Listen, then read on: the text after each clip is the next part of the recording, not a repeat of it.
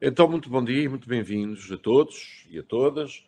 Esta é uma sessão comemorativa do 6º aniversário da Aliança para os ODS e é com muito prazer, muito até indisfarçado orgulho que aqui estou a comemorar este 6º aniversário perante uma audiência de dezenas e dezenas de pessoas, representantes de centenas de entidades.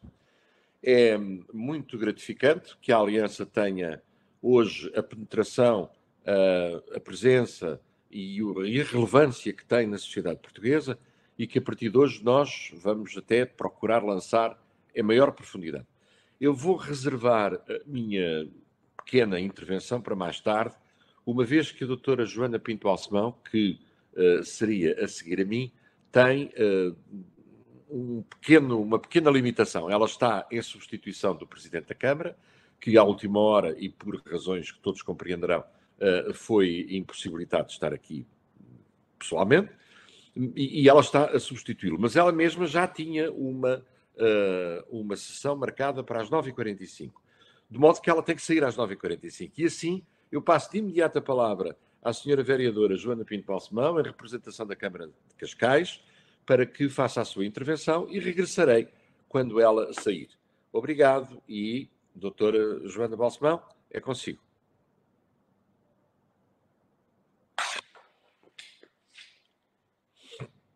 Bom dia a todos. Muitos parabéns à Aliança pelo 6º aniversário, muitos parabéns ao Global Compact de Portugal e à PEE por esta iniciativa e peço desculpa pelos constrangimentos que provoquei à organização deste evento. Estou em representação do Presidente da Câmara, sim. Foi-nos solicitado que falássemos sobre o papel dos governos locais na implementação, concretização dos Objetivos para o Desenvolvimento Sustentável. E, portanto, neste ângulo e nesta dimensão, eu gostava de começar pelo porquê. Porquê que uma autarquia se preocupa e decide abraçar esta empreitada, entre aspas, que na verdade requer muito envolvimento, muitos recursos e muita dedicação. E então, porquê? Sobretudo porque para nós vemos os ODS como uma enorme oportunidade. É uma oportunidade quando constatamos que os ODS são, hoje em dia, ou desde o início, uma linguagem universal. E é muito interessante para uma organização como a nossa poder fazer parte de um movimento que é mesmo global. É um movimento...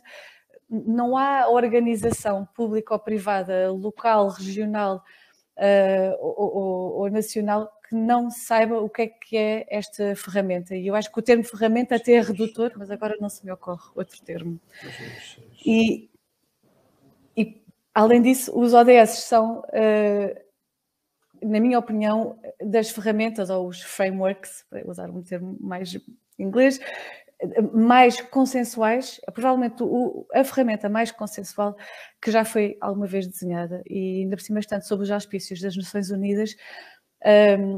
Nasceu daqui, pela forma como foram construídos os ODS, foi um processo de mais de 3 anos que envolveu especialistas, envolveu consulta porta a porta, envolveu chefes de Estado e de Governo, e é realmente uma ferramenta muito comunicativa, muito fácil de comunicar, e não há ferramenta mais consensual.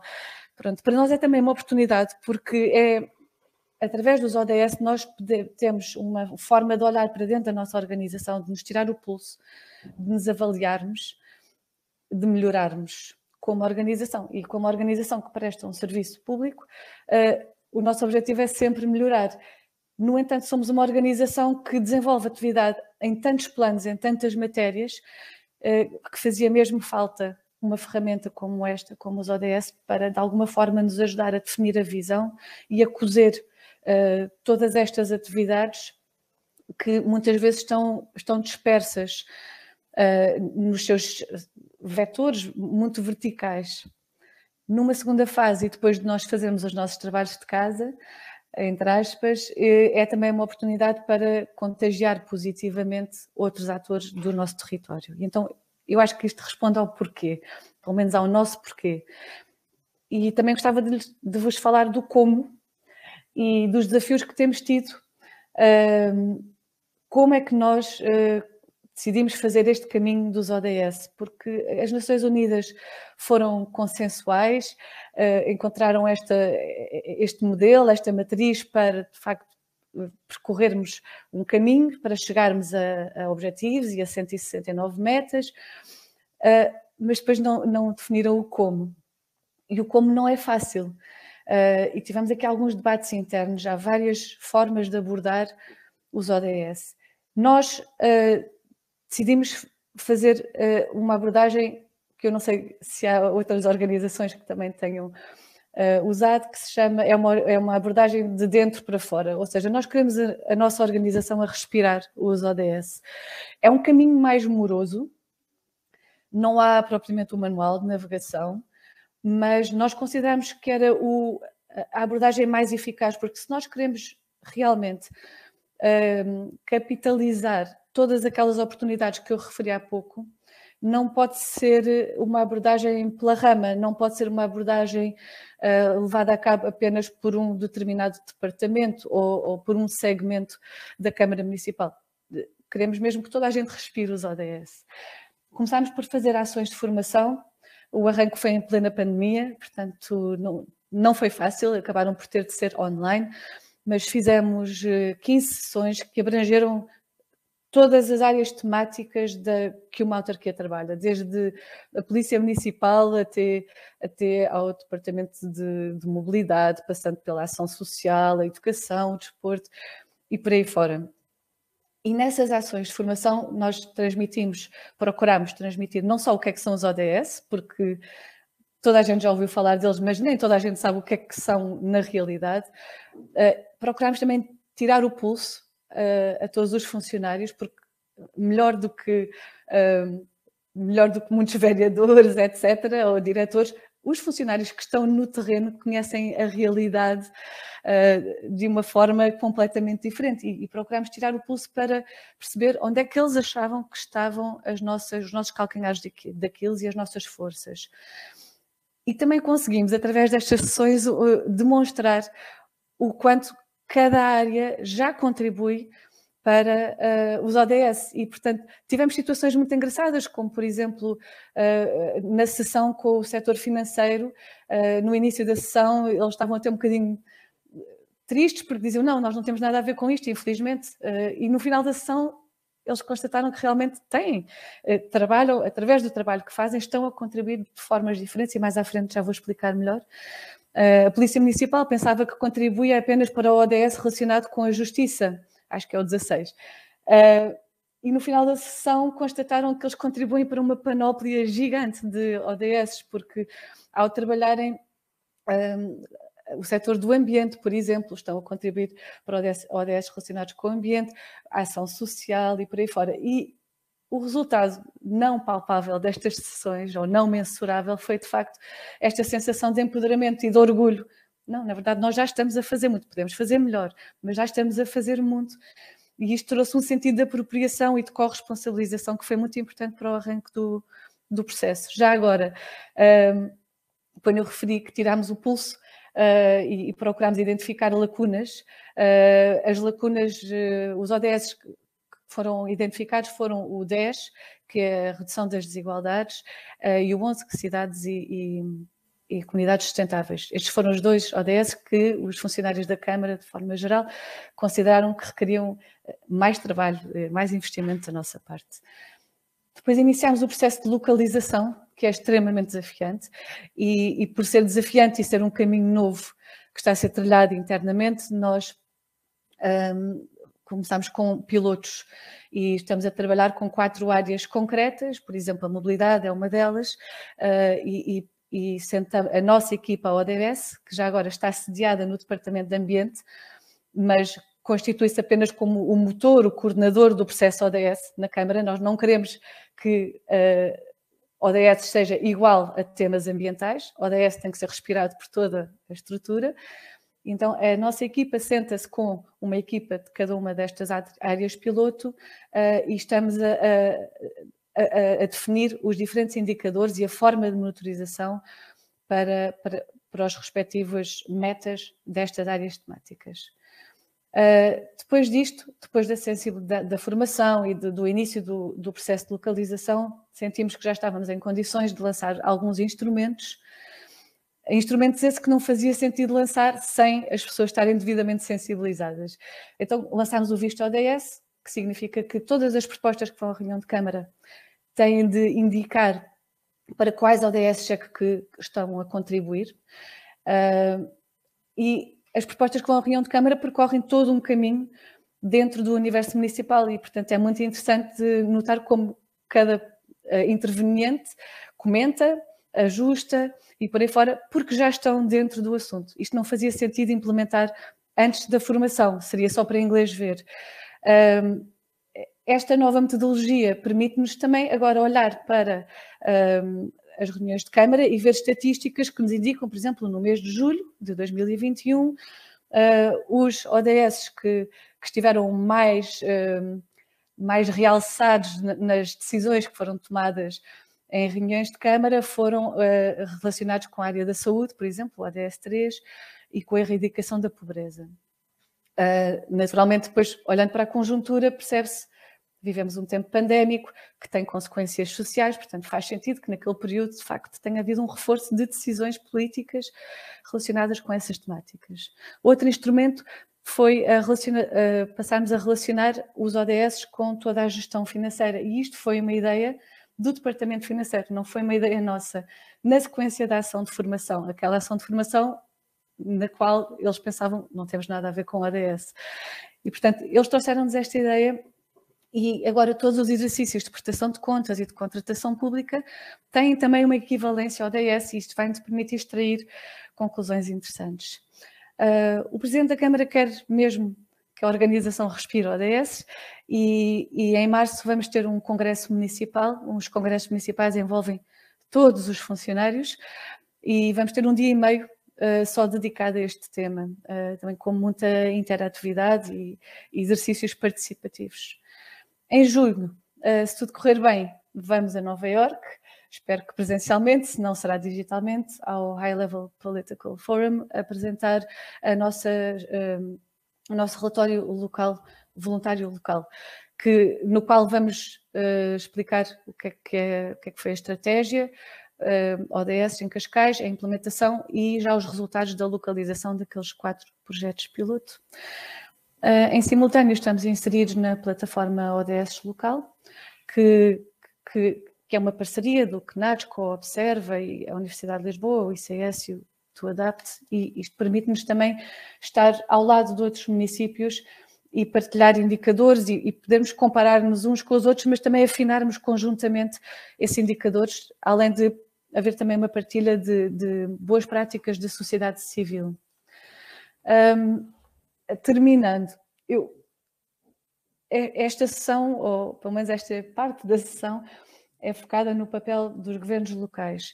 Há uma estatística muito interessante da Comissão Europeia que diz que 2/3 das metas, portanto das 169 metas, não podem ser alcançadas sem o contributo dos governos locais. E este número é extremamente interessante e na verdade, ilustra o papel dos municípios. Ao nível local, as organizações estão muito próximas das pessoas, estão muito próximas dos problemas também, mas também estão próximas das soluções, porque os municípios têm um conhecimento local e uma capacidade de ação e reação, também de prevenção, por conhecerem o território, diferente do Estado Central. Eu não digo com isto que o Estado Central não tenha um papel também extremamente importante, noutro nível, noutra dimensão. Mas para mim não é estranho ter lido aquela estatística que diz que, na verdade, 2/3 destas metas não podem ser alcançadas sem o apoio dos municípios, porque cada vez mais é ao nível local que se vai travar esta batalha da sustentabilidade. É ao nível... As cidades congregam problemas, impactos ambientais negativos, mas também concentram soluções, porque concentram as pessoas, a inovação, as economias de escala e esta agilidade de reação, que é diferente da do Estado Central. Só 2 ou 3 observações antes de fechar. ODS. Os ODS no mundo em mudança, que nós vivemos atualmente, é uma mudança muito acelerada, impactuada por pandemias, pela transição digital, por outros fatores nacionais, como, por exemplo, a transferência de competências para o setor local. Isto implica uma capacidade de adaptação permanente e significa que também muitas vezes as prioridades mudam. É um desafio, é muito exigente para uma organização acompanhar tudo isto. Há outra exigência e outro desafio para os próprios funcionários públicos e para os membros do Executivo, porque o mundo, a aceleração da mudança é tão intensa, o grau de conhecimento ou de evolução de conhecimento também é muito exigente. Nós estamos a exigir cada vez mais dos funcionários um grau de literacia sobre assuntos que antes não eram necessariamente a especialidade de uma autarquia, e que agora têm que ser abraçados, e estamos a desenvolver projetos que estão realmente são desenvolvidos no nível multilateral e são desenvolvidos ao nível local. Requer muitas vezes competências que os municípios não têm. Nós, por exemplo, sabemos que vamos precisar de cientistas de dados mais cedo ou mais tarde. Não vamos conseguir ter isso internamente, vamos ter que ir buscar externamente. É muito interessante constatar, finalmente, que há esta ligação tão forte em que o que é decidido a nível multilateral, Nações Unidas, e depois o nível local. E esta aliança é muito mais forte do que parece assim de repente, mas na verdade nós somos executores e aliados próximos do nível multilateral. Nós somos executores daquilo que é decidido a um nível multilateral, apesar de trabalharmos a um nível muito mais micro. Vou terminar aqui agradecendo o convite, pedindo desculpa pela alteração de planos a que vos forcei e mais uma vez felicitando a iniciativa e desejo uma excelente sessão a todos. Ora bem, muito obrigado pela sua tão interessante apresentação. Eu penso que para todos nós é muitíssimo, muitíssimo interessante saber aquilo que uma autarquia de referência, um conselho de referência como Cascais está a realizar. Aliás, é mais ou menos consensual que Cascais tem uma atitude liderante na administração local, neste domínio, e, portanto, agradeço muito o seu contributo. E pronto, sei que tem que se ausentar, portanto vamos continuar. Eu gostaria de vos dirigir algumas palavras iniciais, que não fiz para viabilizar esta intervenção de imediato, e é apenas para recordar aqui algumas das questões ligadas à vida da Aliança. A Aliança começou como uma extensão da rede do Global Compact em Portugal, e continua.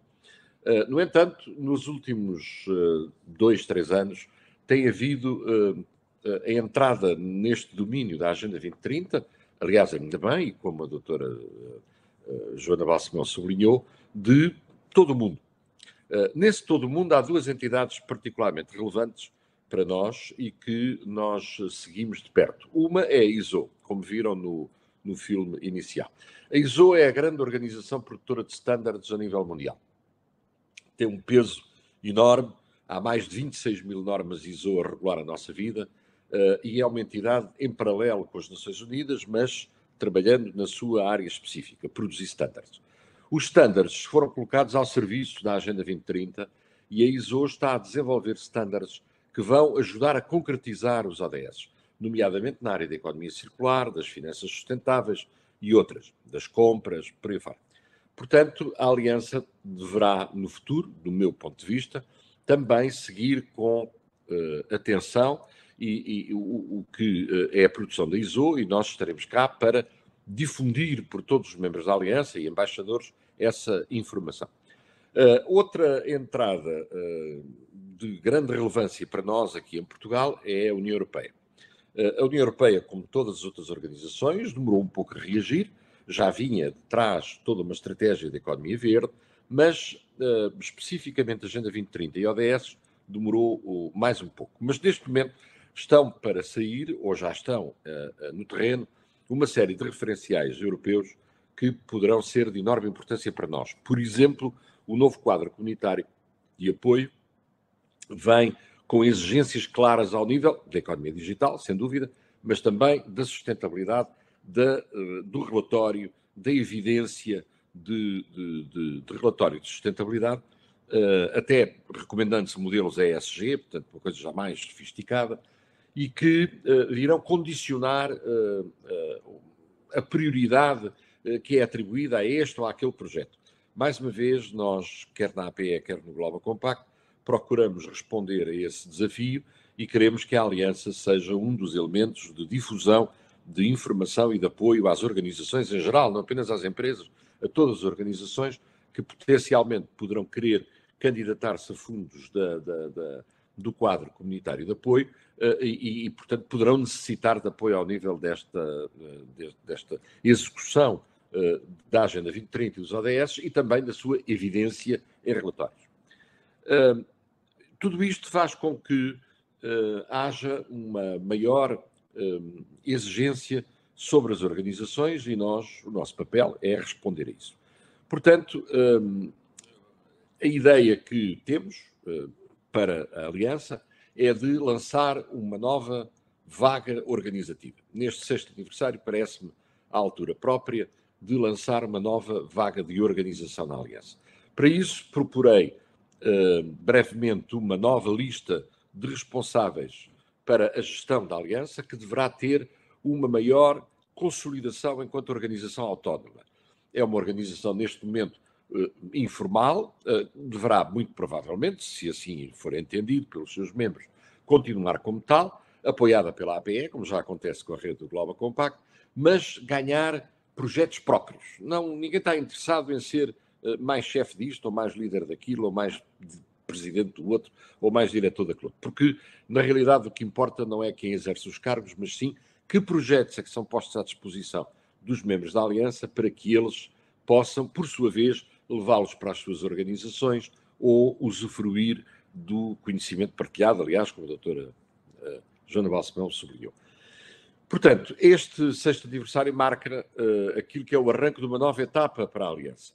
Aliás, eu aproveitava para deixar o desafio /convite, ou convite /desafio, como entender, a todos os membros que nos escutam, e neste momento são já muitas dezenas, mais de uma centena, no sentido de quem estiver interessado em trabalhar no corpo central executivo da Aliança, queira fazer o favor de me manifestar essa disponibilidade. Hoje, com esta ferramenta, seja puramente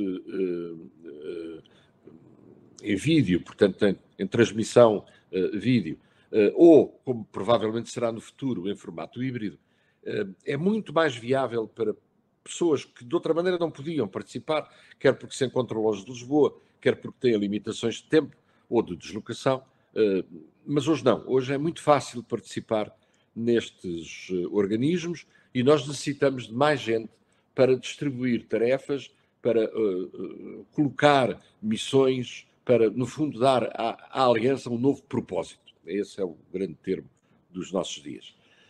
Portanto, eu queria, antes de mais, e isso é, antes de passar a palavra aos seguintes, agradecer muito a presença e a participação de tantas entidades que hoje, ao longo do dia, vão colaborar neste aniversário. Vai ser o dia todo com muitas entidades prestigiosas e também com muitos embaixadores.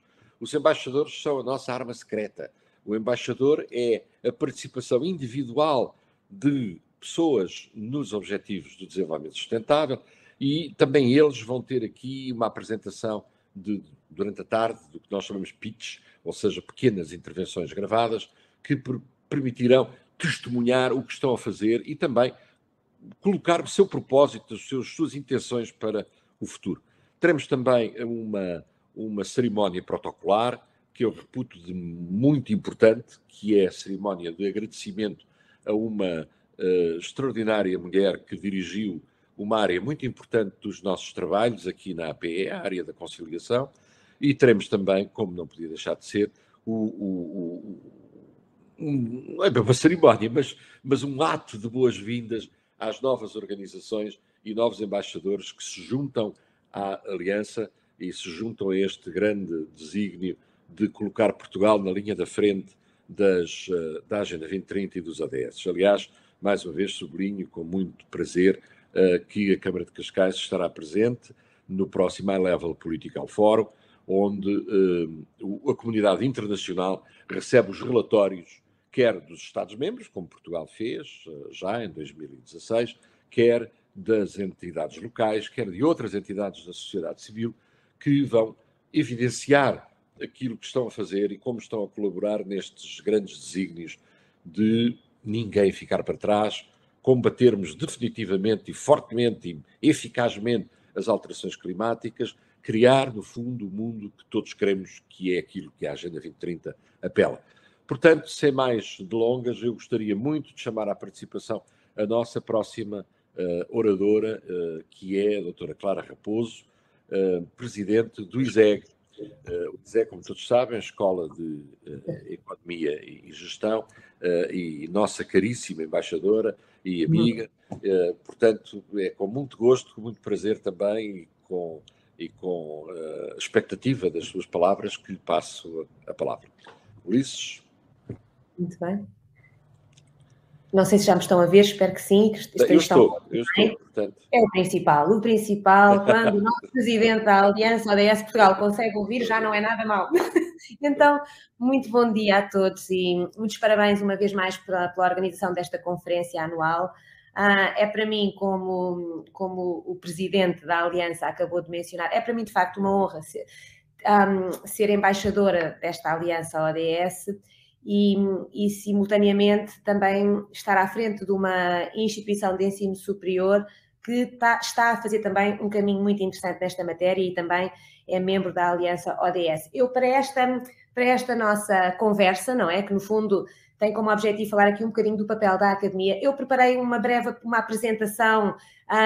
Tive aqui uns problemas técnicos com esta plataforma hoje e vou contar com a ajuda aqui da equipa da Aliança ODS para projetarem uns poucos slides e assim é isto que eu vou agora então fazer. Já vi que está a ser partilhado e vou dando aqui umas indicações. Isto vai ser assim um bocadinho mais improvisado, um trabalho mais colaborativo, que também nos fica bem. E portanto, vou dar aqui um pouco a minha percepção de qual deve ser o papel da academia e, muito concretamente, em termos de ação para os ODS, o que é que o ISEG, na Universidade de Lisboa, tem estado aqui a fazer. E espero que tenham percebido que naquela capa inicial nós tínhamos aqui, de facto, até uma imagem do momento da assinatura do nosso compromisso com a Aliança ODS. Não, pode passar, o Ulisses está a passar muitíssimo bem o slide. E que nós vamos aqui falar. Portanto, a Aliança ODS para as universidades tem um papel muito importante. Foi, de facto, talvez aquela primeira entidade que trouxe para as luzes da ribalta a importância de se analisar a forma como nós todos podemos incorporar os Objetivos de Desenvolvimento Sustentável nas nossas vidas e nas nossas organizações. O ISEG é membro desta Aliança ODS e, de facto, isto não deixa de bater certo com a história da nossa faculdade de Economia e de Gestão, que tem um papel relevante por ser, de facto, também a mais antiga em Portugal e, portanto, sentimos muito este peso da responsabilidade de estarmos alinhados com aquilo que é a promoção de um desenvolvimento equilibrado para o futuro, garantindo esse tal futuro às novas gerações. Isto bate muito certo com a história da nossa escola. De que é que eu lhes vou falar de seguida? Brevemente dizer que tem havido aqui um trabalho de muita colaboração, isto em que toda a universidade e toda a faculdade está envolvida. Portanto, no ISEG temos tido envolvimento de estudantes, de professores, de funcionários não docentes, de antigos alunos, enfim, partilha com toda a comunidade da relevância e da forma como devemos contribuir para a promoção dos Objetivos de Desenvolvimento Sustentável. Para isso, nós temos feito aqui um conjunto de ajustamentos e eu vou-lhes falar desde aspectos mais legais e estatutários, como a alteração da nossa missão, a promoção de documentação que nos permite termos uma estratégia de sustentabilidade que fique escrita, que seja visível, mas que resulta também de muito trabalho que tem vindo a ser desenvolvido por iniciativas individualizadas e que agora está de facto mais estruturado e começamos a fazer o nosso caminho e mais gostaríamos de fazer.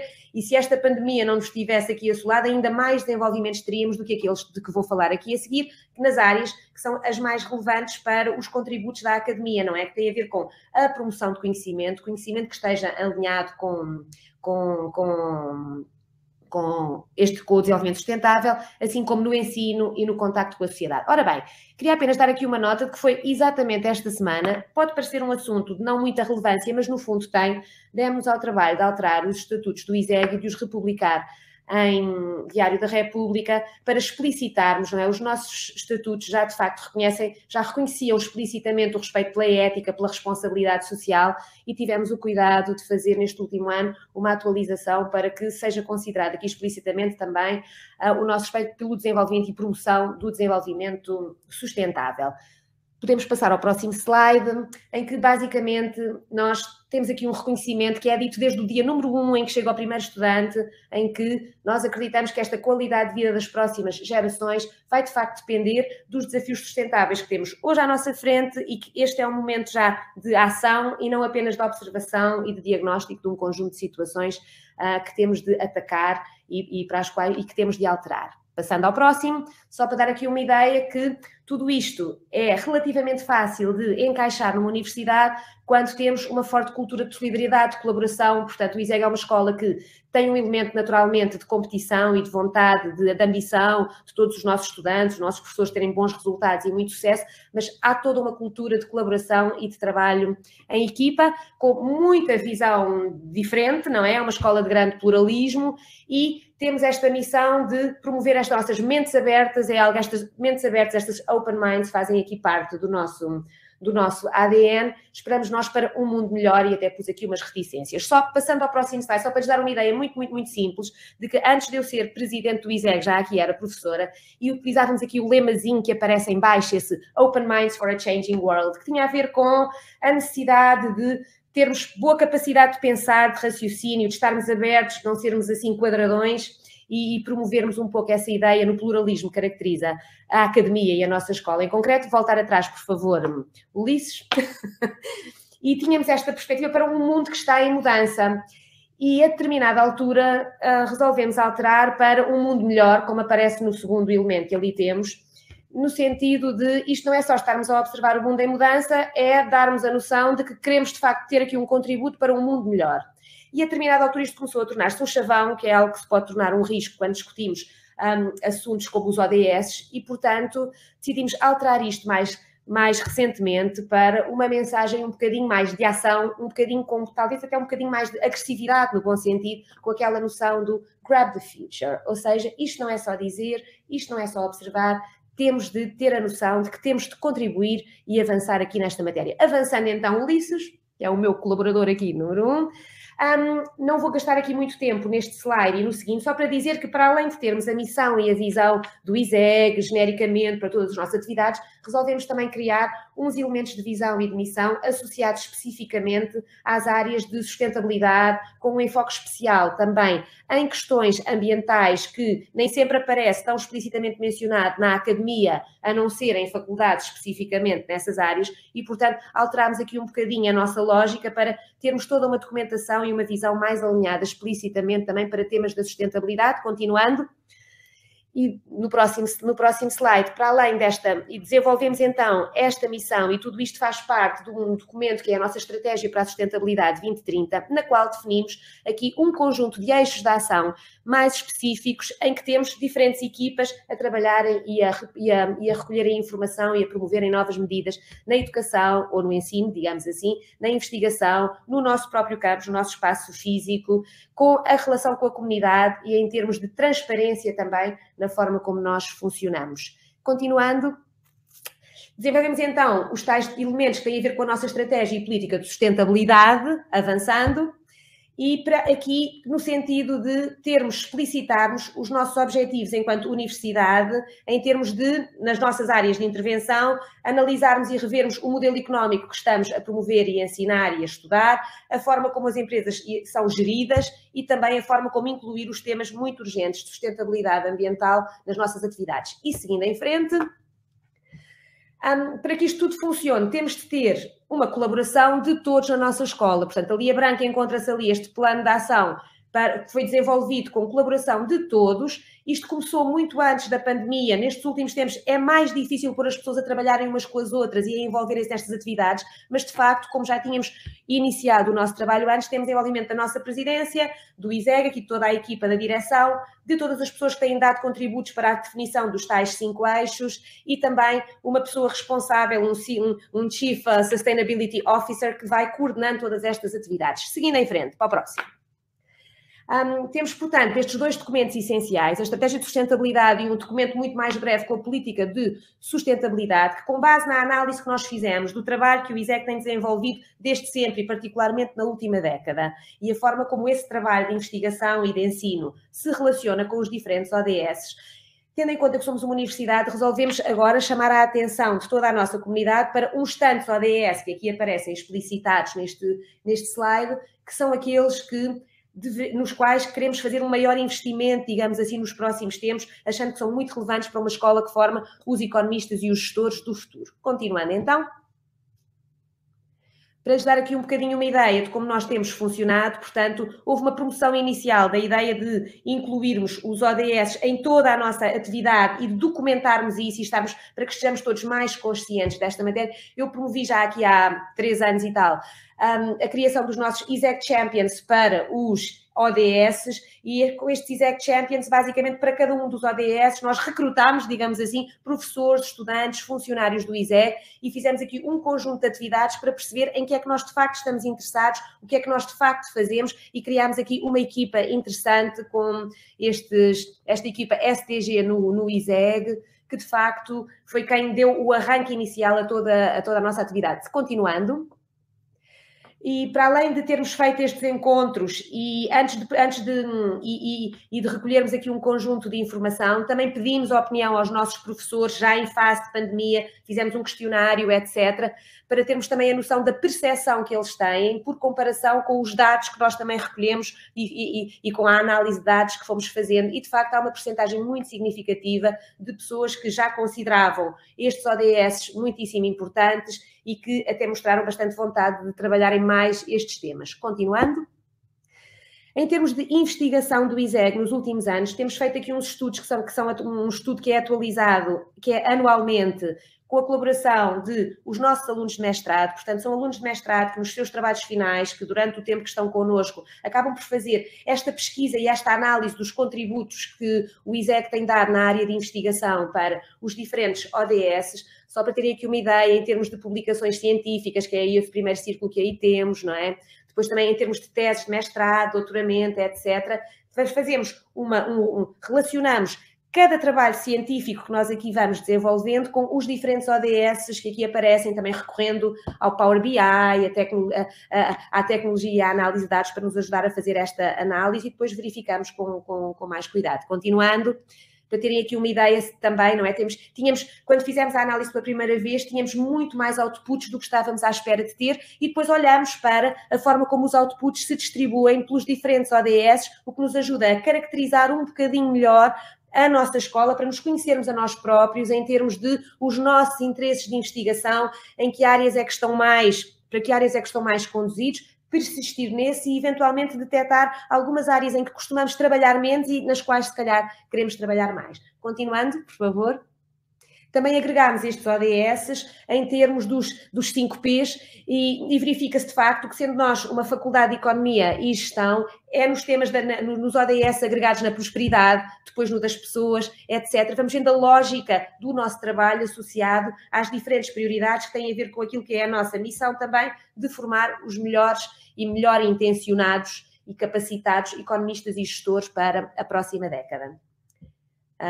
Continuando, agora vamos para trás, agora para a frente, por favor. Muito bem. Continuando aqui também em termos de outros projetos de investigação, só para dar uma ideia, podemos passar já ao próximo slide. Para além daquilo, tudo aquilo que são os projetos de investigação, nos temas que todos nós imaginamos que um professor universitário em economia ou em gestão faz, sobre a banca, sobre taxas de juros, sobre crescimento económico, sobre economia do trabalho, etc. Todos eles relevantes para os ODS. Temos ainda uns tantos que eu aqui elenquei, só para dar uma ideia da diversidade de temas que nós também acabamos por cobrir e que não são tão habituais a encontrarmos em faculdades, em business schools assim muito standard. Temos temas sobre o Sustain Africa, temos um projeto europeu sobre agricultura sustentável em África, por exemplo. Temos projetos sobre biomassa florestal em Portugal, sobre a gestão da água no Mediterrâneo, sobre as mulheres em conselhos de administração, sobre pobreza infantil, sobre o acompanhamento do orçamento e a forma como o nosso orçamento de Estado é alocado a diferentes áreas, a síntese de conjuntura que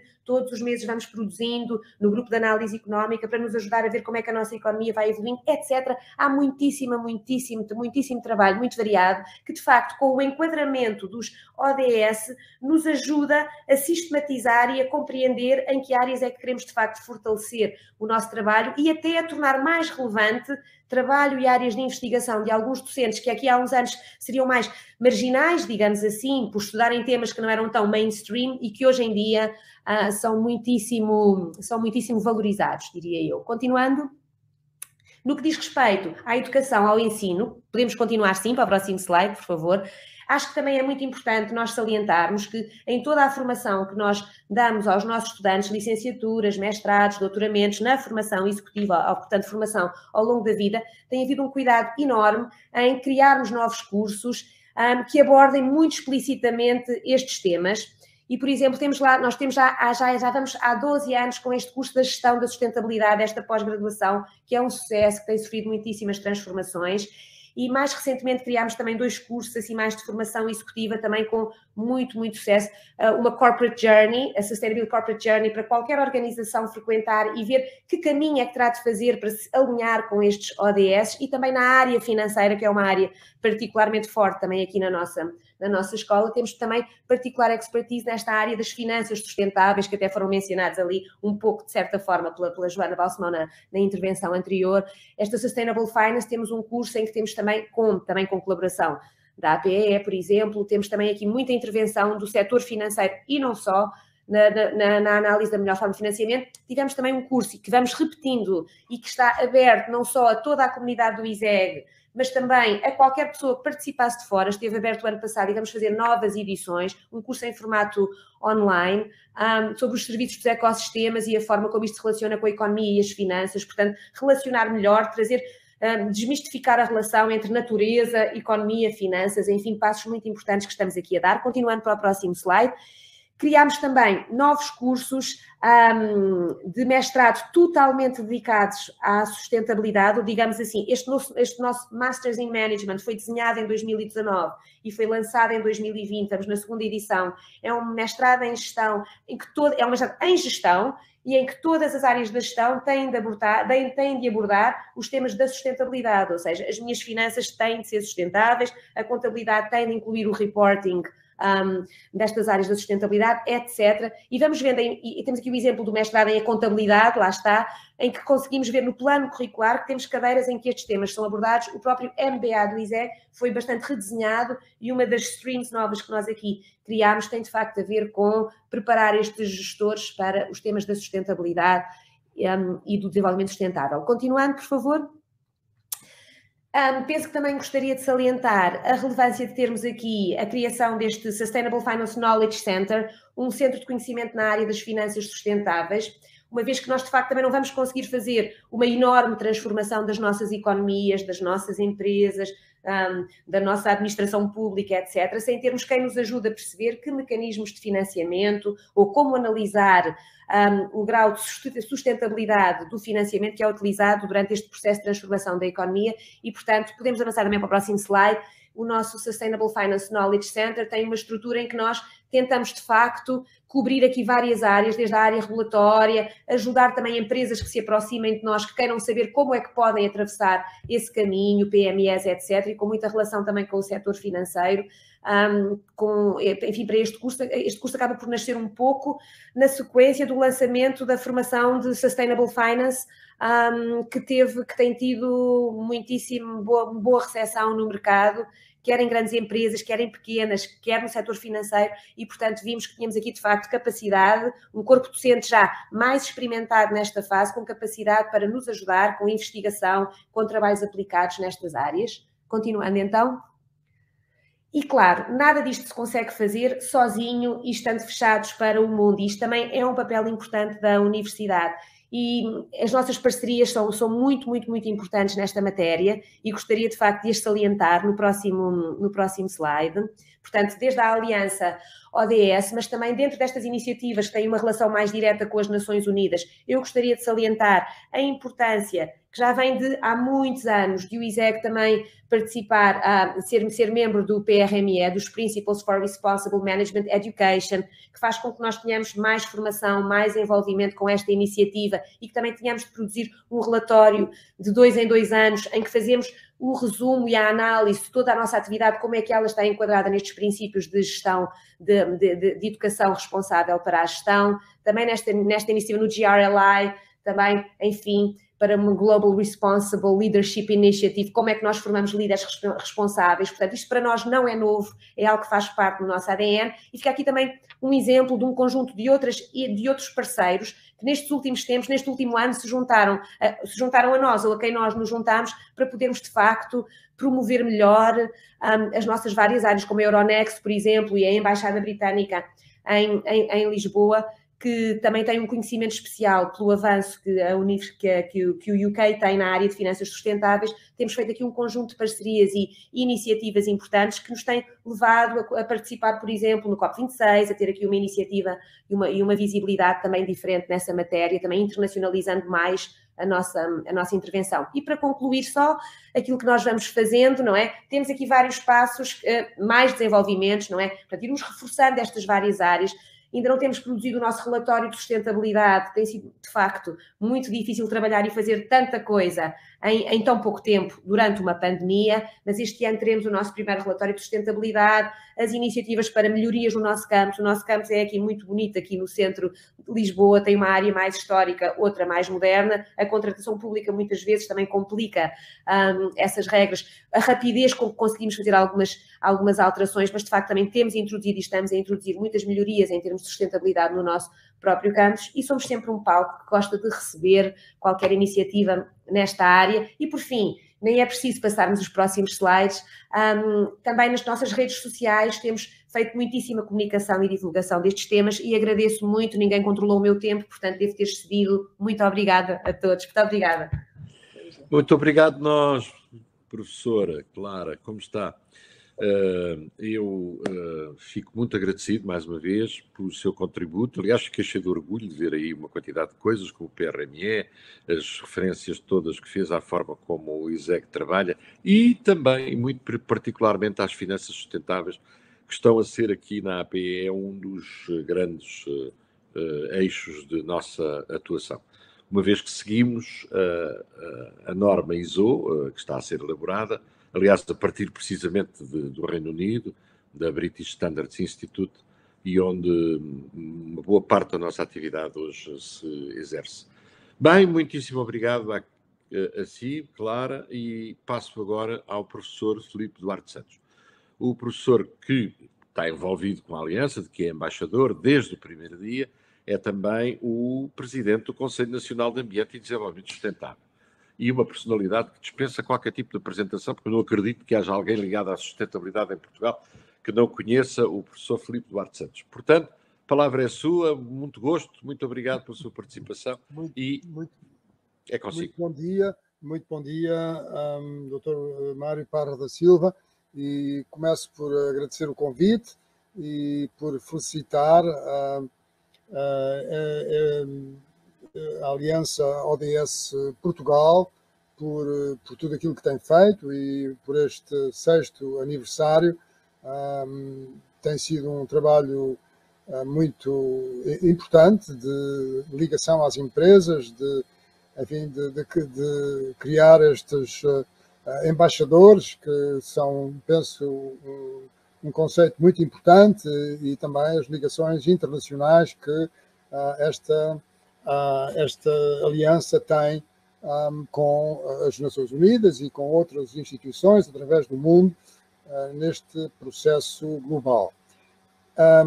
Eu gostaria de começar por dizer algumas coisas sobre os ODS, que são algo que me parece notável que num mundo tão complexo como o nosso tenha sido possível em 2015 chegar a acordo, todos os países das Nações Unidas chegarem a acordo sobre um conjunto de objetivos de desenvolvimento sustentável, sobretudo com um prazo até 2030, portanto a Agenda 2030, e com metas quantificadas, com 169 metas quantificadas para os 17 objetivos. Portanto, é algo muito, quer dizer, é um passo muito importante no sentido de caminhar para a sustentabilidade.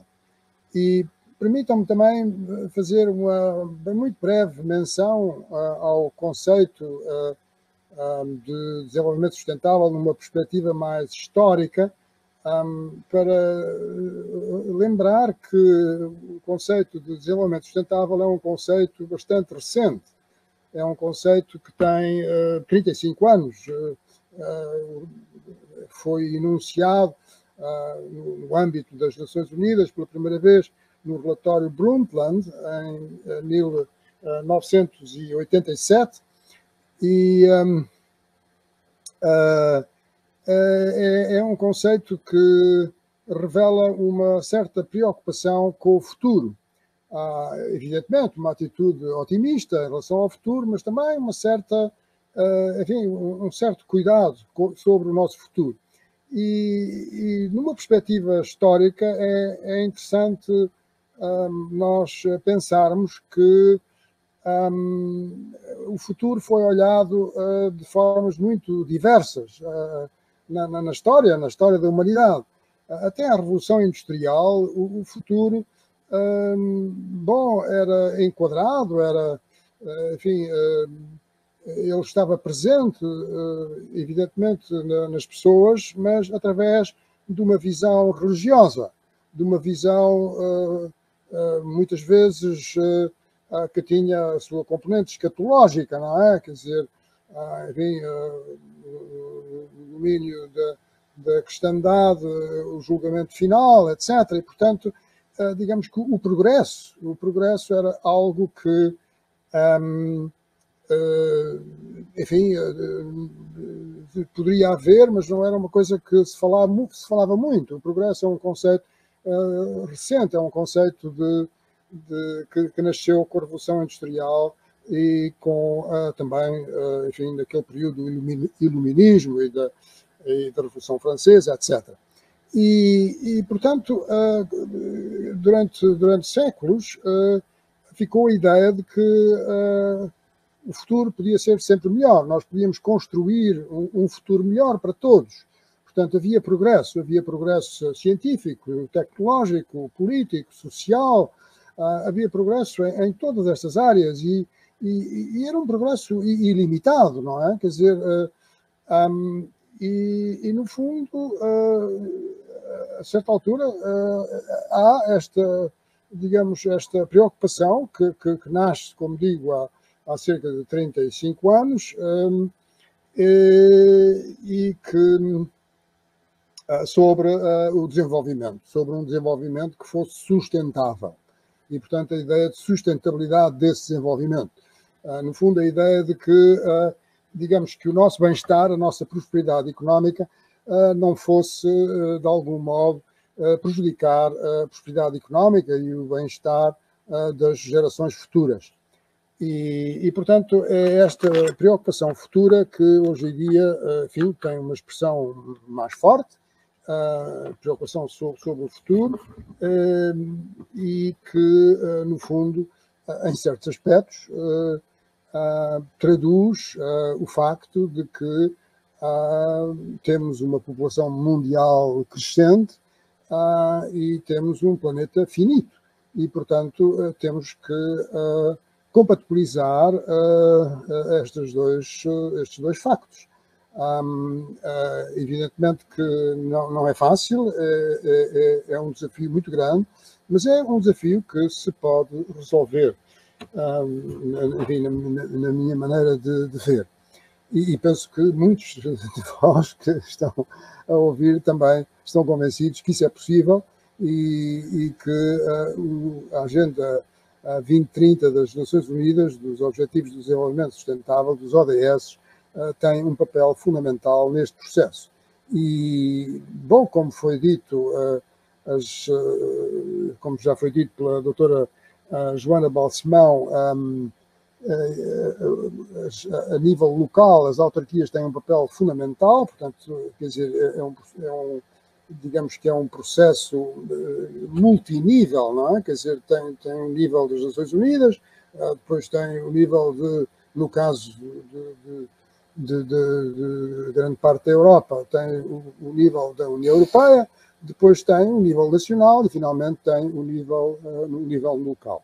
E a propósito do nível local, eu gostaria de mencionar, uma vez que neste momento exerço as funções de Presidente do Conselho Nacional do Ambiente e do Desenvolvimento Sustentável, mencionar do CNADES, mencionar uma iniciativa que já foi referida aqui, na qual participa a Câmara de Cascais, que é o ODS local, e que foi uma iniciativa que nasceu há pouco mais de um ano, portanto, reparem, em plena pandemia, mas o facto é que foi possível, evidentemente que toda esta iniciativa estava a ser planeada já há bastante tempo, quer dizer, houve toda uma fase piloto que foi desenvolvida, mas o facto é que arrancou nessas circunstâncias e é uma plataforma digital que já tem 60 municípios aderentes,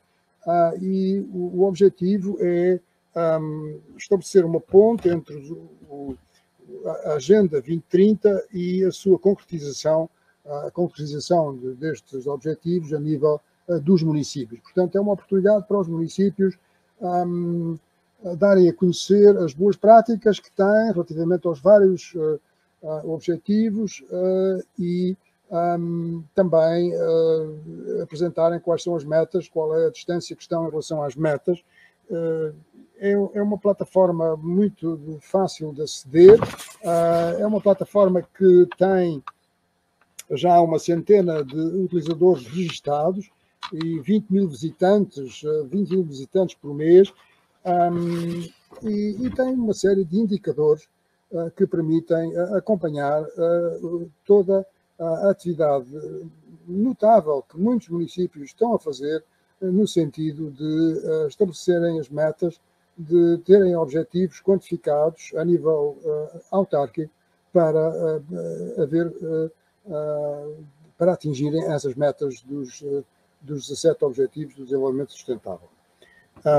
É uma iniciativa que envolve o CNADES, como disse, e que é coordenada pelo professor João Ferrão, e que envolve também uma startup que é chamada ToAdapt, e que foi aí que nasceu esta plataforma, que, enfim, é uma plataforma já com um certo grau de sofisticação, uma plataforma digital, e depois envolve dois centros de investigação, uma iniciativa no âmbito do Instituto de Ciências Sociais da Universidade de Lisboa, que é a Observa, e ainda o Centro de Investigação MARA,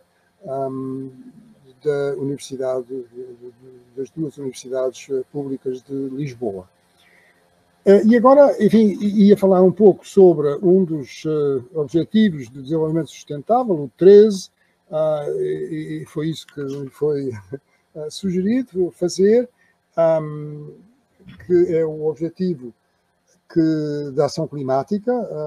A ação climática é o quê? No fundo, tem essencialmente dois aspectos.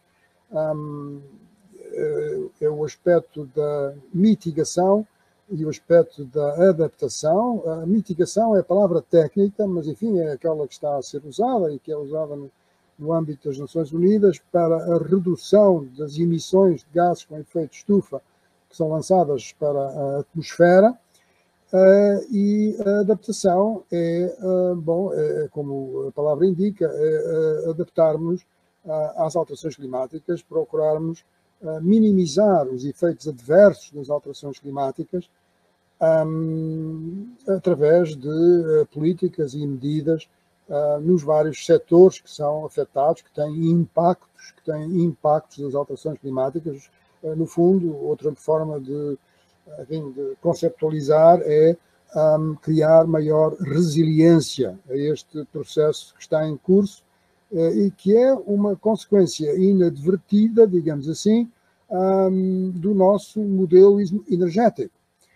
Reparem, o uso dos combustíveis fósseis, que começou precisamente na Revolução Industrial, que me referi há pouco e que, enfim, teve lugar sobretudo nos Midlands, no Reino Unido, o atual Reino Unido, em Inglaterra, baseou-se no uso do carvão. Houve uma coisa, enfim, crucial, que foi, enfim, hoje parece-nos muito simples, mas realmente foi crucial, é porque as minas de carvão estavam alagadas com água, era preciso tirar a água para tirar o carvão, já havia menos carvão à superfície, fácil de explorar, portanto era preciso ir buscá-lo às minas, e então era preciso tirar a água das minas, e então havia inventou-se uma máquina, não é? Uma máquina a vapor, por James Watt, que permitia tirar essa água. E isto revolucionou, de facto, o uso do carvão, porque foi possível utilizar grandes quantidades de carvão, e depois foi todo um processo em cadeia, não é? Que permitiu o desenvolvimento das fábricas, a mecanização de muitas atividades, o desenvolvimento da indústria, dos orifícios, por exemplo, ao princípio, mas sim, do transporte, da locomotiva, dos navios, enfim, e tudo aquilo que conhecemos. Depois apareceu o petróleo e depois, finalmente, o gás natural. Portanto, os combustíveis fósseis realmente foram essenciais, foram críticos para nos dar à escala mundial, embora se mantenham diferenças abissais, eu diria, sobretudo na divisão norte-sul e mesmo dentro dos países, como todos sabemos, inclusive nos países como o nosso, digamos, de espaços de países com economias avançadas, mas, apesar de tudo, a média, não é? A média da tal prosperidade económica, não é? Se quiserem, do produto interno bruto, tem aumentado significativamente, e isso deve-se em grande parte à utilização intensiva de energia sob a forma de combustíveis fósseis. E cerca de há mais de 50 anos, que à escala mundial, 80% das fontes primárias de energia são combustíveis fósseis, ou seja, carvão, petróleo e gás natural. E, portanto, estão a ver a importância enorme que os combustíveis fósseis tiveram no percurso que a humanidade fez desde a Revolução Industrial até atingir agora os níveis de bem-estar de que usufruímos. Agora, o problema é que esses combustíveis fósseis têm um efeito colateral, que é as tais emissões de CO2, de dióxido de carbono, que é um gás com efeito de estufa e que tem o efeito de aumentar o efeito de estufa na atmosfera. É um fenómeno que é conhecido desde as primeiras publicações foram feitas por um francês, por Joseph Fourier, na Comunicações à Academia das Ciências de França, em 1824, estão a ver? E depois houve muitos outros, como Svante Arrhenius e muitos outros. Portanto, é uma coisa que está cientificamente bem estabelecida, que tem esse efeito colateral, que prejudica a humanidade e, portanto, é necessário fazer uma transição, quer dizer, uma transição energética. É necessário descontinuarmos este paradigma dos combustíveis fósseis e passarmos para outro paradigma. E, portanto, isso é uma coisa difícil, porque, evidentemente, há imensos interesses instalados, enfim, vou dizer, enfim, de uma forma muito sucinta, a indústria do petróleo é a indústria mais poderosa do mundo, é aquela que tem mais lucros. Portanto, estão a ver que é um processo que é difícil, é um processo que está a ser conduzido pelas Nações Unidas, onde temos o Acordo de Paris, e, enfim, tudo isso são coisas que, enfim, são conhecidas. Portanto, temos duas respostas para a ação climática. Consiste em dois tipos de respostas: a mitigação e a adaptação. Enfim, não vou alongar muito mais, mas aquilo que gostaria de dizer é que Portugal é um país que que é vulnerável às alterações climáticas. E porquê? Porquê é que é vulnerável? Eu vou apenas mencionar alguns aspectos muito breves que dizer que esses aspectos são aspectos que são negativos, mas que é possível contornar essas dificuldades, é possível nós adaptarmos, é possível nós, de facto, ultrapassarmos esta dificuldade e portanto, um dos aspectos é a questão da água. A questão da água é realmente crucial hoje em dia. Nós temos há um relatório que foi um estudo melhor que está para discussão pública sobre as disponibilidades de água em Portugal e que foi encomendado pela Agência Portuguesa do Ambiente e que foi feito por uma equipa coordenada pelo professor Rodrigo Oliveira. Nesse relatório, aquilo que se conclui é um relatório que inclui não só as disponibilidades de água, enfim, da chuva, da precipitação que cai em Portugal, mas também em Espanha, porque nós, como todos sabemos, temos rios internacionais que têm a sua foz em Portugal, mas que vêm de Espanha. E o facto é que a disponibilidade de água em Portugal reduziu-se de 20% nos últimos 20 anos. E esta tendência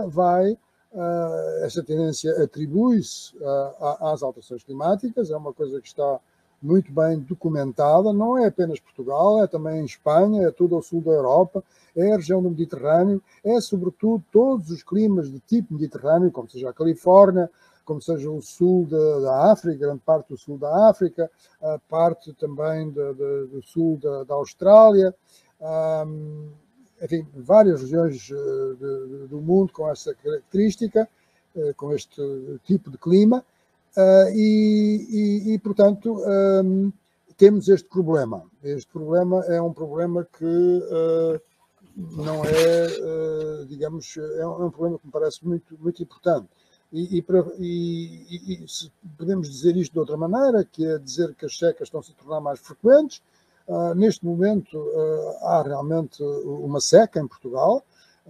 Em dezembro de 2021, ou seja, enfim, no mês passado, os dados do IPMA relativamente à seca eram de que no sul do país estava todo em situação de seca. Reparem, no mês de dezembro, que é o mês em que normalmente a precipitação é mais elevada,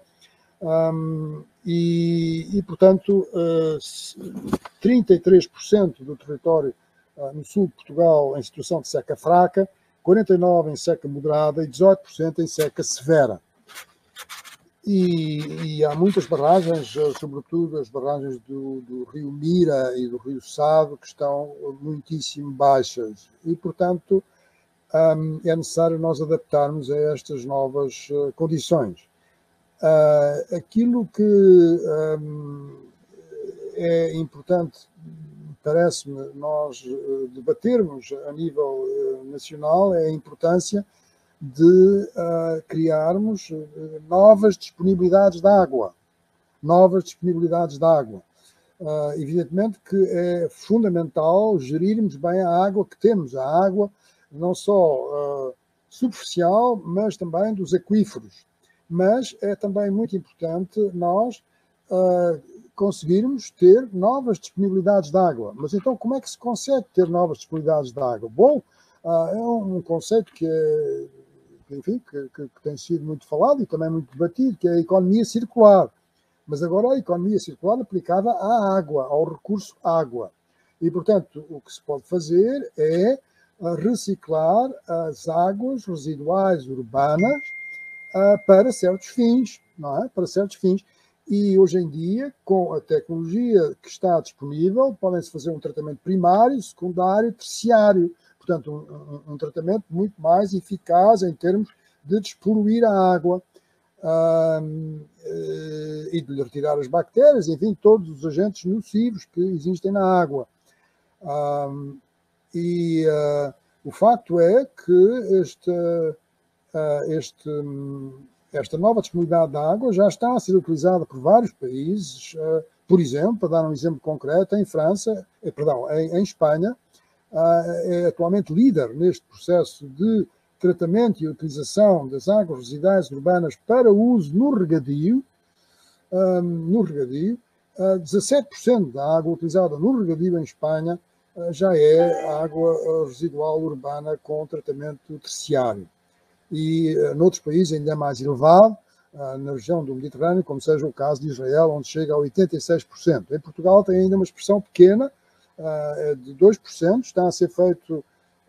Tive ontem a oportunidade de falar com o presidente da EDIA e ele esteve-me a dizer que é uma das coisas que está a ser feita neste momento no perímetro de rega do Alqueva, e é uma coisa que é muito importante. Evidentemente não existem grandes cidades no Alentejo, existem algumas, mas não são, enfim, grandes metrópoles, mas, por exemplo, existem no Algarve, que também está afetado por estas questões. Portanto, outra forma de aumentar a disponibilidade de água é a desalinização. Ora bem, a desalinização, mas agora a desalinização vai gastar mais energia, vai produzir resíduos. Bom, mas quer dizer, nós não temos soluções perfeitas. Não temos soluções perfeitas num mundo que tem, de facto, desafios muito grandes. E reparem, e como foi dito já hoje por vários intervenientes, as questões da pobreza, as questões das desigualdades são fundamentais. Bom, então nós temos que criar riqueza. Nós não podemos simplesmente deixar de ter agricultura, deixar de ter agricultura de regadio, porque estamos perante um problema. Temos que encarar esse problema, resolver esse problema e criar novas disponibilidades de água e, sobretudo, como disse ao princípio, e repito, e, sobretudo, termos uma gestão da água muito mais eficiente, chamada agricultura de precisão. Há certos países em que o custo da água baixa se o agricultor consegue ter a mesma produção utilizando menos água. E, portanto, esse é um incentivo poderosíssimo para as pessoas, os agricultores, adotarem as tais medidas de eficiência no uso da água. Mas há limites e, portanto, por isso é que é necessário encontrar novas disponibilidades de água. Bom, eu tenho a impressão que já estou a exceder o meu tempo e vou-me calar, mas queria apenas referir ainda a questão das zonas costeiras. O problema das zonas costeiras em Portugal, por enquanto, não é principalmente provocado pelas alterações climáticas, tem a ver com a erosão esta que é provocada pelo facto de que o transporte sedimentar dos rios é muito menor do que era no passado, devido à exploração de areia que se fez durante muitas décadas e também à construção de barragens que retêm esses sedimentos. E, portanto, esse é um problema, mas ao qual se adiciona a subida do nível médio do mar, que até ao fim do século poderá ser da ordem, enfim, mais de 50 centímetros, e estou a ser bastante conservador neste número que estou a dizer. E, portanto, nós temos 180 quilómetros da costa em erosão acentuada, temos um recuo da costa muito significativo, 1.313 hectares. 1.313 hectares foram perdidos, nos últimos 62 anos, e há recuos médios que vão desde meio metro até 9 metros por ano. 9 metros de recuo da costa por ano. Estão a ver? Portanto, é um problema realmente muito real e que se vai agravar com a questão das alterações. Mas também aqui é possível ter soluções e estão a ser dadas soluções. E, portanto, vou-me calar e desejar que, enfim, a Aliança ODS Portugal continue o seu excelente trabalho e faço os meus votos para que isso continue e que tenha cada vez maior intervenção e mais participantes empenhados e isto é realmente, enfim, um desafio que exige a participação de todos nós e, portanto, os meus parabéns mais uma vez por este 6º aniversário. Muito obrigado. Muito obrigado, professor. Foi com muito gosto que ouvimos as suas palavras, os seus contributos e as suas opiniões. Nós, no Global Compact, baseamos-nos na ciência. Aliás, tudo o que fazemos é Science-Based Targets. Não vamos em superstições, mas em conclusões claramente estabelecidas pela ciência, às vezes com dúvidas, evidentemente. A ciência não dispensa a dúvida, pelo contrário, a dúvida é o motor da ciência. Mas seja como for, é nos cientistas que nós acreditamos para a construção de um mundo melhor. E eu já tive a oportunidade de dizer, numa outra conferência onde estivemos juntos, que é em pessoas como o professor que nós confiamos em Portugal para nos guiarem, porque são os investigadores, são os homens do conhecimento, da sabedoria também, porque a sabedoria nasce do conhecimento, que nós confiamos para nos orientarem sobre aquilo que devemos fazer. Portanto, muito obrigado pelo seu contributo. Muito obrigado pelo seu otimismo, pela sua fé em que, obviamente, perante os problemas, a humanidade há de encontrar uma solução, e é para isso que as nossas universidades trabalham, e é por isso que todo este nosso ecossistema, as empresas fazem, as universidades concebem, e a opinião pública pressiona, porque é também esse um papel muito importante que temos que ter na opinião pública, é sensibilizá-la, para que ela crie a pressão e a oportunidade do mercado que fará com que as empresas consigam produzir aquilo que a ciência disser que deve ser feito. Por isso, professor, muito obrigado, e aproveito exatamente esta deixa para passar à empresa que vai encerrar este primeiro painel. Portanto, Ulisses, aqui estamos nós, prestes a receber o Tiago Barroso, CEO da NTT Data Portugal, que aliás já está aqui com o seu sorriso para todos nós.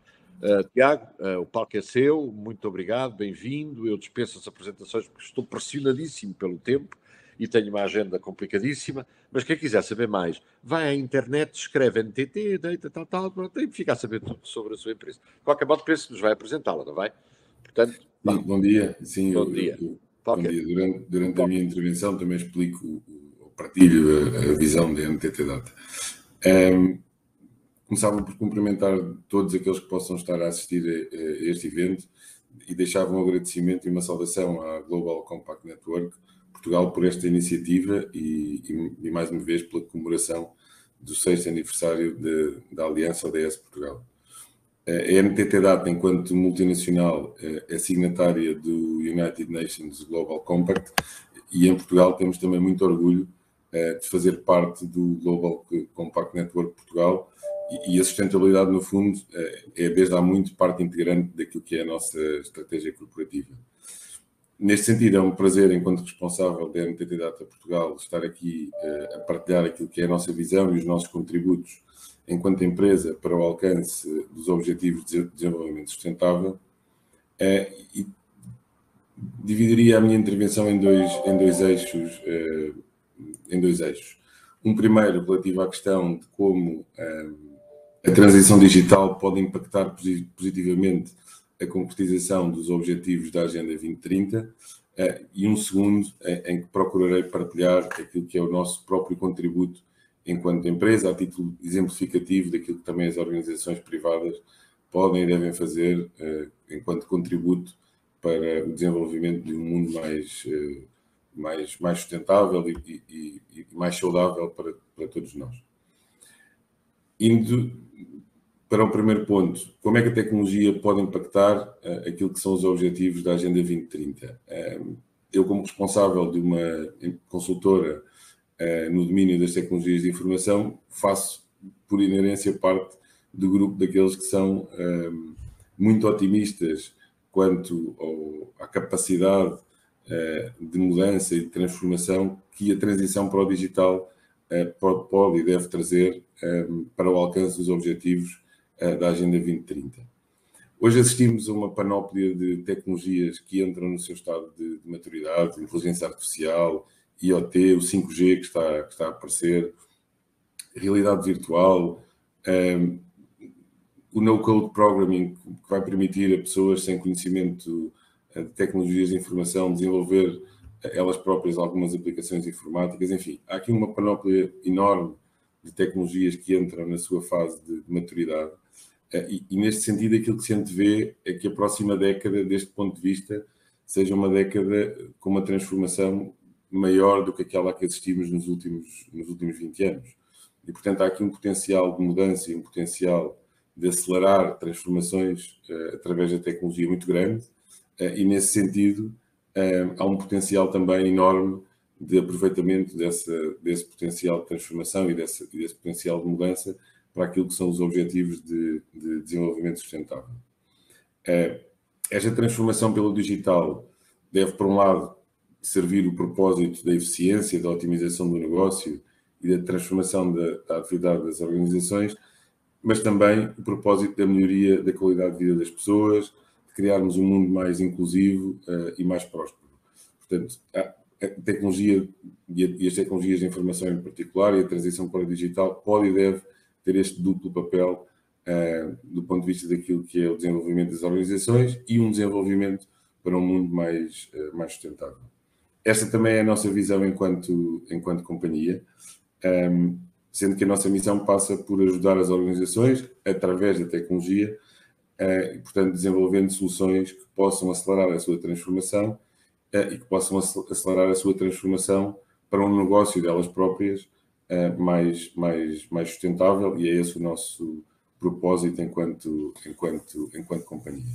Portanto, sou muito crente naquilo que é o papel da tecnologia e da transição para o digital no percurso que todos temos que fazer para alcançar as metas da Agenda 2030. Muito crente naquilo que é a ciência e aquilo que é a tecnologia. Aliás, acho que todos somos testemunhas e aceitamos de forma unânime que a ciência e a tecnologia, durante este período de pandemia, nos ajudaram imenso. A ciência, que mais não fosse pelo processo de vacinação, e a tecnologia, por exemplo, permitiu-nos alterar de forma drástica os nossos modelos de trabalho e, portanto, são motores fundamentais daquilo que é o nosso desenvolvimento a futuro. Mas esta visão otimista também precisa de ser contrabalançada com alguma atenção aos riscos que a própria tecnologia, a transição digital nos podem acarretar, no sentido que elas não sejam, no fundo, uma alavanca contraditória àquilo que são os objetivos de desenvolvimento sustentável. E, neste sentido, do ponto de vista de ameaças que emergem por via da tecnologia, e para as quais temos que estar atentos e trabalhar em conjunto para as poder mitigar e controlar, eu destacaria três ameaças. O tema da cibersegurança, que é um tema premente, temos visto publicamente nos últimos dias vários casos de organizações em Portugal. Creio que a última a sofrer um ataque terá sido a própria Cruz Vermelha. Portanto, este é um tema muito premente que as organizações têm que estar muito atentas.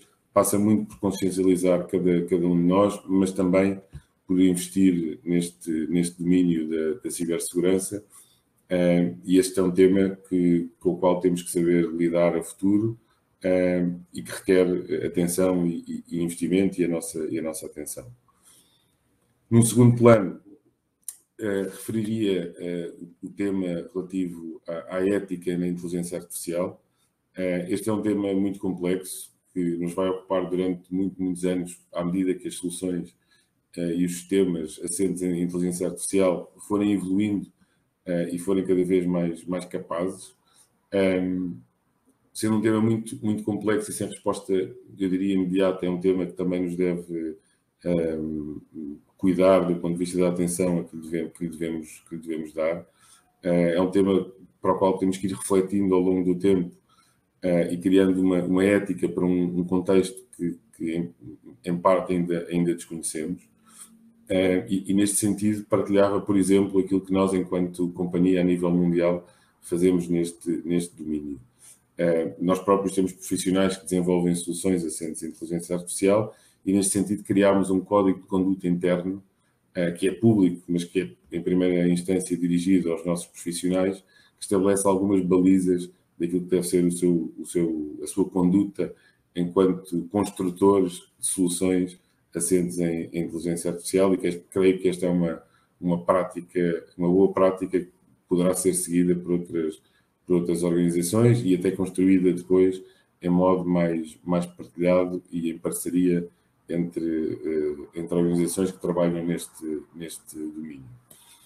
E, por último, em termos de riscos ou ameaças, focaria o tema da desigualdade digital. Se nós olharmos aquilo que são os relatórios de riscos globais do World Economic Forum, este risco da desigualdade digital aparece pela primeira vez no relatório de 2021, aparece de novo agora no relatório de 2002, ainda com mais ênfase, e, portanto, este também é um tema muito, muito premente. Se vamos acelerar o nosso desenvolvimento através do digital, temos que ter cuidado de não causar mais desigualdade e mais desequilíbrios por falta de acesso a infraestruturas tecnológicas ou por falta de conhecimento no seu manejamento, e este é um tema que também nos ocupa. Neste sentido, destacava, no nosso caso particular em Portugal, neste mesmo relatório do World Economic Forum 2022, este risco aparece em Portugal como o quarto risco do ponto de vista de hierarquia, logo depois dos riscos da economia estagnada, da crise da dívida e da falta de empregabilidade. E, portanto, é de facto um tema premente para o qual devemos estar atentos. Enfim, parece-me que, enquanto país, todos os investimentos que façamos neste domínio para colmatar este gap, no fundo, da desigualdade digital, é certamente um investimento que nos trará retorno a futuro e que deve ser um acelerador do nosso desenvolvimento. Partilho mais uma vez aquilo que nós, enquanto companhia, enquanto consultora no domínio das tecnologias de informação, podemos fazer neste sentido de criar um maior equilíbrio do ponto de vista daquilo que são as competências digitais. Nós temos programas de reskilling de profissionais para este domínio das tecnologias de informação, de forma autónoma ou em parcerias com instituições de ensino, e este é um caminho que também está a dar passos, eu diria, no último ano, e é um caminho de futuro, de colocarmos mais competências nas pessoas naquilo que é o domínio das tecnologias de informação. Portanto, para concluir esta componente da minha intervenção, diria que o otimismo na capacidade da tecnologia, da ciência e, em particular, das tecnologias de informação para o alcance dos objetivos de desenvolvimento sustentável deve ser grande, mas há que atentar a este tipo de ameaças e ter um foco permanente em como podemos mitigar ao longo do tempo aquilo que podem ser alguns desafios que a própria tecnologia nos coloca. Passaria ao segundo eixo da minha intervenção, e aqui vou-me permitir utilizar uma pequena apresentação para sustentar aquilo que gostaria de partilhar convosco.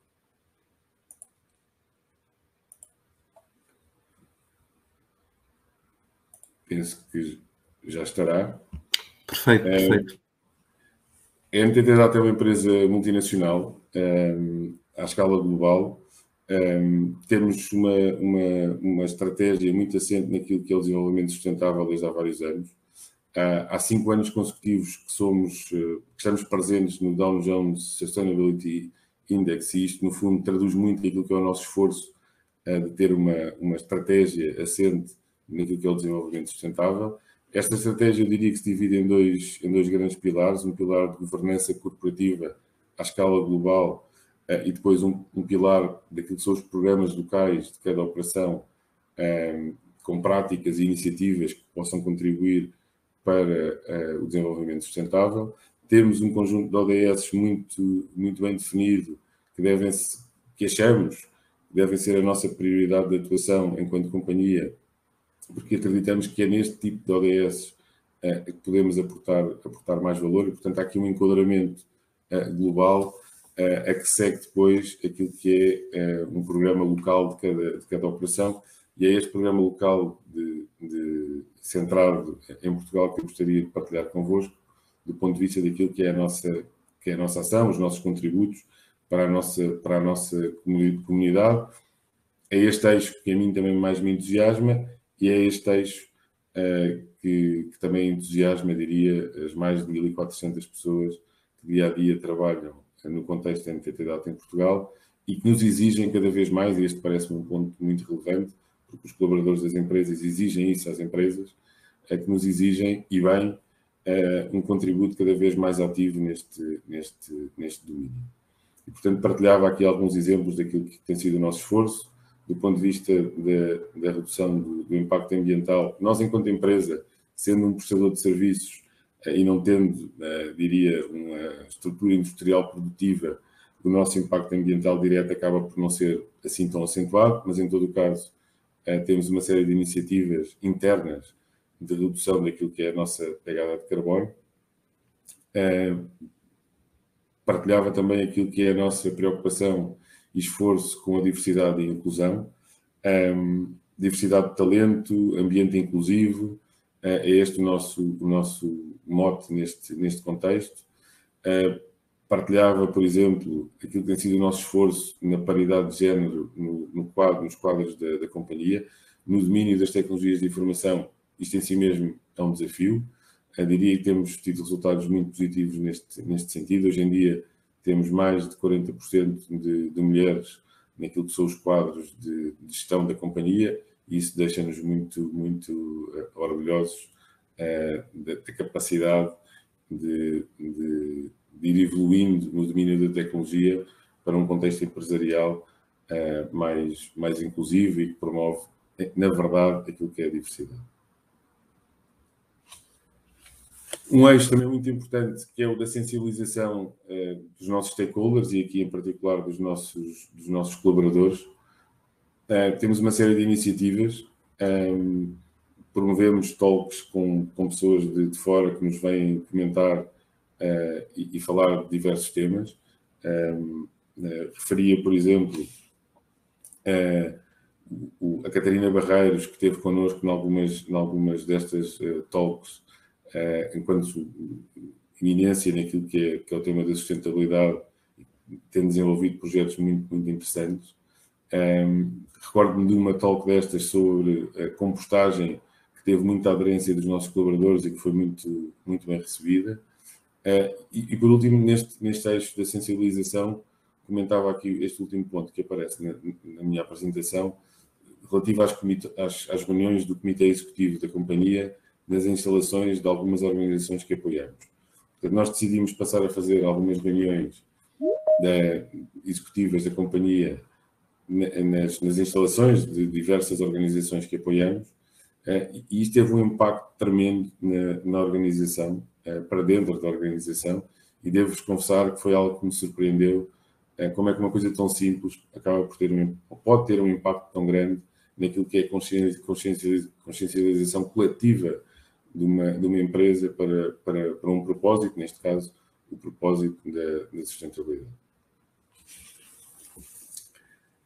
E o último eixo, que diria aquele que faz mais sentido de todos estes para nós enquanto companhia, que é colocarmos as nossas próprias competências ao nível das tecnologias de informação ao serviço da sociedade, devolvendo valor à sociedade. Aqui refiro-me a um programa que é o programa Mais Impacto, que lançámos em 2021, a primeira edição em 2021, e que termina agora em março de 2022.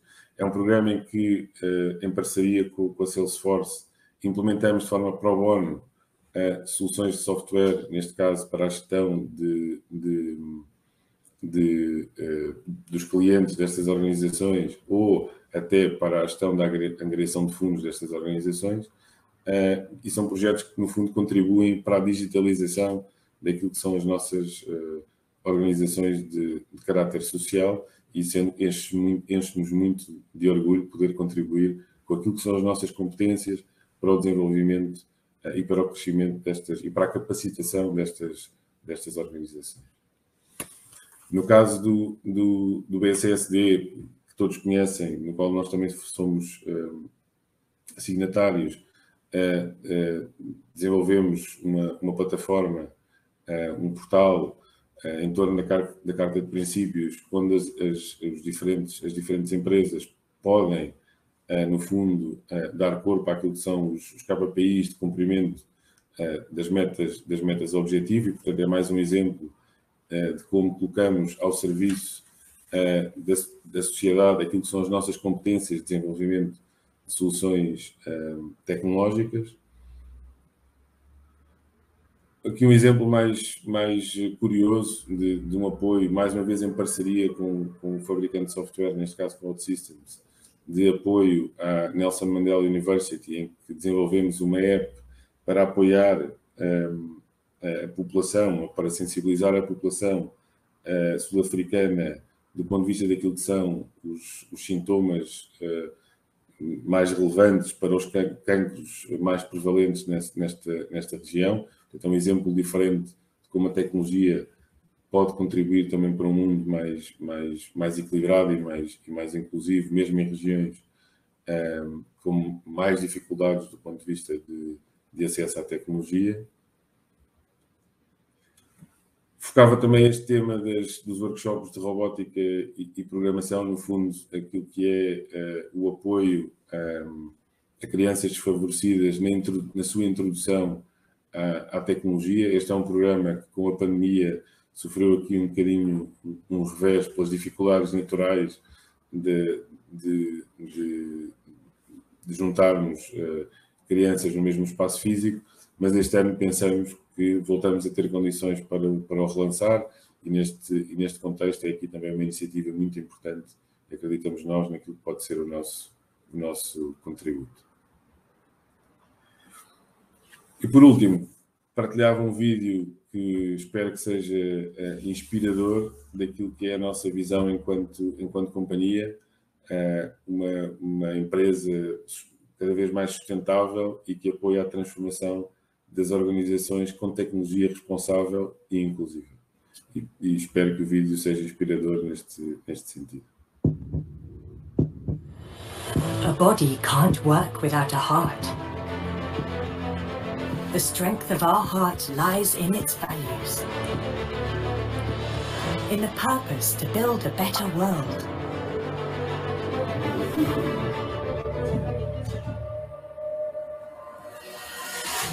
Our heart is made up of the diverse talents of our professionals. It is powered by responsible and inclusive technology. Together, people and technology work as an engine for change. Every heartbeat is an effort to do good. Each heartbeat generates more and more impacts.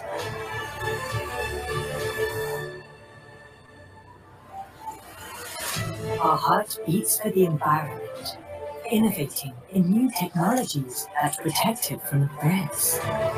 Betting for clean energy, promoting the circular economy. Our heart beats strongly for a society committed to making every dream possible. A society without gaps built on quality education. A society that breaks with stereotypes, because diversity enables us to face the unknown.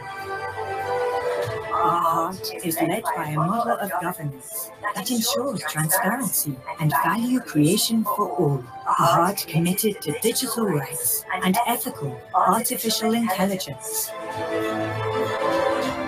Our heart beats for a sustainable future, innovating to improve the lives of people and the environment.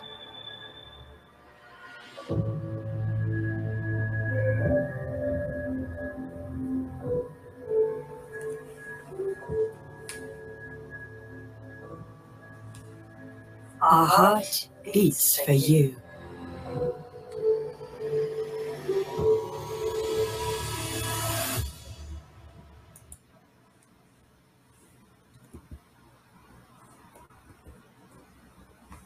Muito obrigado.